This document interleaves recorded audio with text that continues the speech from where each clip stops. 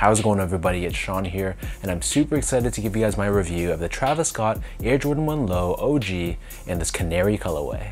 This marks the latest collaboration between Travis Scott and Jordan Brand, once again releasing an Air Jordan 1 Low OG.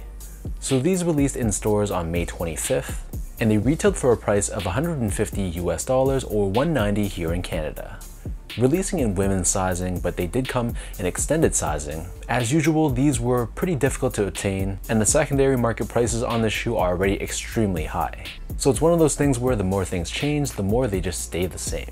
So this pair is nicknamed the Canary colorway, and it's inspired by Travis Scott's high school, Elkins High School, which he attended in Missouri City in Texas. So this pair adopts the colors of the school, and the official colorway for this shoe is Canary, Racer Blue, Light Silver, and Gum Medium Brown. So in terms of the packaging, so this comes in the same box that some of the other Travis Scott Jordan 1 Lows came with. So it's a cream-based, shiny cardboard box with this brown Nike branding on the top and on the sides of the bottom as well. And inside the box, it comes with this pink colored Travis Scott and Jordan Brand co-branded paper. So as far as the shoe goes, this is your Jordan 1 Low OG silhouette, which seems to be the silhouette of choice when it comes to Travis Scott and Jordan Brand's collaborations.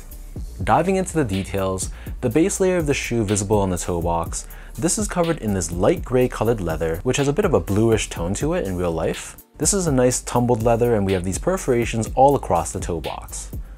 Surrounding the front toe cap, we have what feels like either a nubuck or a flat suede, and this is done in a bright yellow tone. And the same material covers the eyelets of the sneaker as well.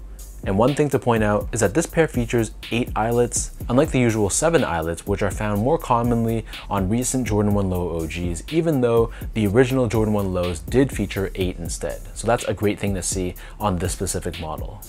Underneath this, on the mid panel, we have more of that light gray colored leather. You can see how tumbled it is. And then overlaid on top of the lateral side, we have this oversized reverse swoosh, which is constructed out of a racer blue colored leather.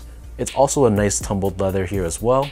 And then on the medial side, the swoosh is facing the correct way, and it's not nearly as large. And underneath this, pressed onto the leather, we have this reflective Cactus Jack branding in red. Covering the heel of the sneaker, we have more of that yellow colored suede or nubuck. And then on the top of the heel, we have this Air Jordan Wings logo, which is embroidered across in this light silver color. For the laces, so this pair comes with 3 different lace options. The standard lace that they come with is a flat style yellow lace, which has a bit of a stiffer feel to it. It feels slightly waxed, but they also come with 2 extra lace options, a waxed blue colored lace and a red one as well. Underneath this, we have this thin nylon tongue, which is done in this yellow color. We have Cactus Jack branding found on the lateral side of the tongue, and Nike Air branding on the top in black and red. And then the interior of the shoe is very minimally padded, and it's covered in a yellow colored nylon. For the insoles, so these come with a foam lined insole, very basic, nothing special here. It's lined in this yellow colored finish on top, and we have Nike Air, Cactus Jack, Travis Scott co-branding found throughout these insoles, which is something we've seen before on their past collaborations as well. So the upper of the shoe sits atop this solid rubber cup sole, which is done in that same light gray colored finish.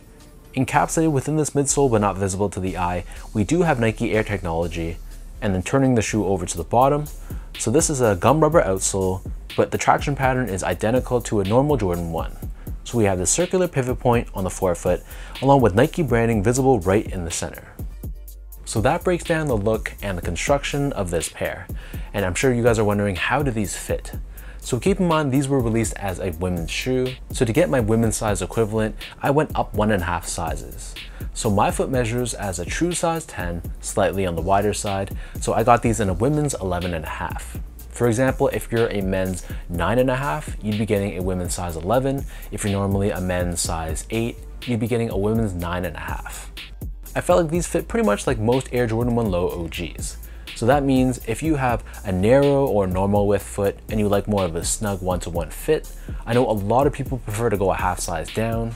But if you have a wider foot or you don't like a snug 1-to-1 fit, you could just stick true to size with these as well. They're going to be a little bit roomy lengthwise, but once you lace up the shoe completely, that kind of locks in your foot to the heel, and the extra length and the roominess of the toe box didn't really bother me that much. But if you're someone that usually goes a half size down for Jordan 1 Lows, I'd do the same for this pair as well. Moving on to the comfort, so these feel like any other Air Jordan 1, which means it's not going to be that comfortable of a sneaker. It feels very low to the ground, very stable, has generally more of a stiff feel underfoot. But for an everyday casual use shoe, Jordan 1s are extremely popular, so these will feel fine as long as you're not expecting a shoe that's extremely soft, very plush, like a shoe with current technology would feel.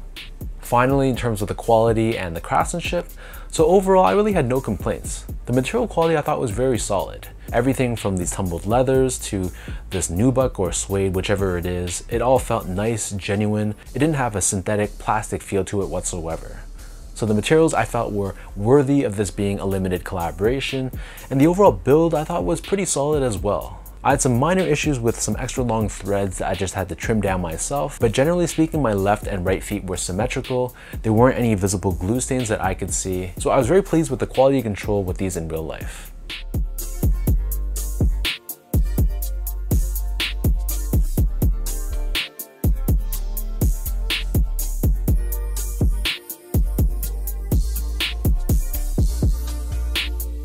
So with all that out of the way now, let me toss these on feet, I'll lace them up for you, and I'll show you guys how these look.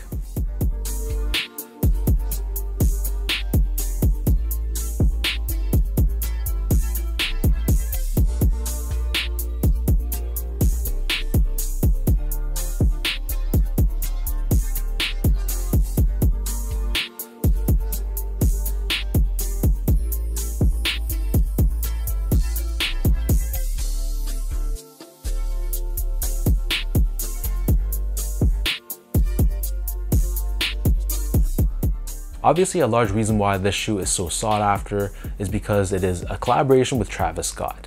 Whether you love him or hate him, his collabs with Nike still end up being extremely popular, even if the colorway itself isn't the best.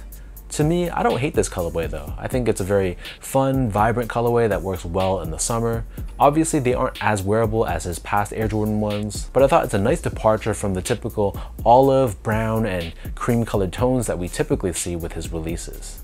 So this has much more of a vibrant Golden State Warriors vibe, if you will. And again, like I said, I don't hate it. So leave your thoughts down below. Let me know, what do you guys think about this pair? Are you feeling this Canary colorway? Is it really not your thing? Were you lucky enough to grab these for retail? Leave all your thoughts down below and let's talk about these. And as usual, if you guys enjoyed this review, be sure to like, comment, and subscribe to my channel if you haven't yet. You can follow me on Instagram at esco8. Check me out on X at sean.go_spoutout, and visit my website as well at seango.ca. So thank you so much for watching. Hopefully you guys enjoyed this review, and I'll catch all of you in my next video.